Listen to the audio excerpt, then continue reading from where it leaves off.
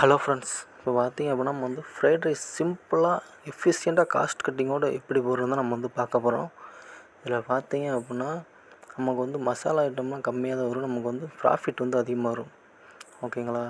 அதில் வந்து நான் வந்து பிரியாணிக்கு மித்த ஐட்டத்துக்கெலாம் நமக்கு வந்து வீடியோ வந்து எக்கச்சக்க வீடியோ யூடியூப்பில் இருக்குது. ஆனால் ஃப்ரைட் ரைஸ்க்கு ஒரு கடை ஆரம்பிக்கிறாங்க அப்படின்னா அவங்களுக்கு ரெஃபரன்ஸ் எடுக்க ஒரு வீடியோ கூட யூடியூப்பில் கிடையாது. ஆனால் நம்ம சேனலில் வந்து நம்ம ஸ்டார்ட் பண்ணியிருக்கோம். எல்லாமே உங்களுக்கு ஸ்டெப் பை ஸ்டெப்பாக சொல்லிக் கொடுத்துருவேன். ஃபஸ்ட்டு வந்து ஆயில் வந்து 4 ஸ்பூன் ஊற்றிக்கோங்க. அடுத்து ஒரு முட்டை போட்டுக்கோங்க. அதோட பார்த்திங்க அப்படின்னா முட்டைக்கோஸ் ஒரு கைப்பிடி அளவுனா ஒரு 100 கிராம் முட்டைக்கோஸ் வந்து போட்டுக்கோங்க. அதுலேயே கொஞ்சம் கேரட் கொஞ்சம் துருவி போட்டுக்கோங்க. அப்புறம் வந்து சிக்கன் வந்து 50 கிராம் போடுங்க. அதுதான் உங்களுக்கு வந்து நம்ம ப்ராஃபிட் வந்து அதிகமாக வரதுக்கான அளவு வந்து 50 கிராம் போட்டால் நமக்கு ப்ராஃபிட் வந்து கிடைக்கும். ஓகேங்களா? அது போட்டு நல்லா டாஸ் பண்ணி இது பண்ணிக்கோங்க.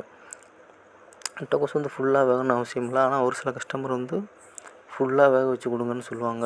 ஓகேங்களா? அப்படிங்கிறப்ப நல்லா வந்து வேக வச்சுருங்க. வேக வச்சுட்டு ரைஸ் வந்து பார்த்திங்க அப்படின்னா 300 கிராம் அளவுக்கு இந்த கரண்டி வந்து பார்த்திங்க அப்படின்னா 5ஆம் நம்பர் கரண்டின்னு கேட்டிங்க அப்படின்னா அந்த கரண்டிக்கு உங்களுக்கு ஃபுல்லாக ஒரு கரண்டி எடுத்திங்கன்னா கரெக்டாக 300 கிராம் வரும். அந்த இதை போட்டுட்டு அப்படியே நல்லா டாஸ் பண்ணிடுங்க. ஹை ஃப்ளேமில் வச்சு நல்லா ரைஸை டாஸ் பண்ணிட்டீங்க அப்படின்னா தான் அடுத்த மசாலா ஏற்றும் போது மசாலா வந்து அதில் பிடிக்கும்.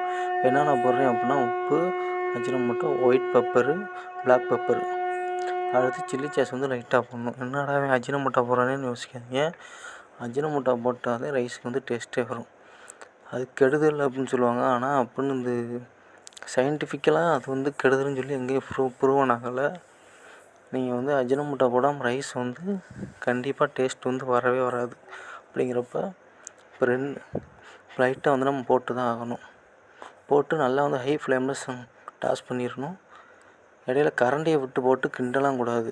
இந்த மாதிரி தூக்கி மட்டும்தான் விடணுமே தவிர ரொம்ப போட்டு ஆட்டிட்டிங்க அப்படின்னா ரைஸ் உடஞ்சிரும். பார்க்கும்போது வந்து நல்லா இருக்காது.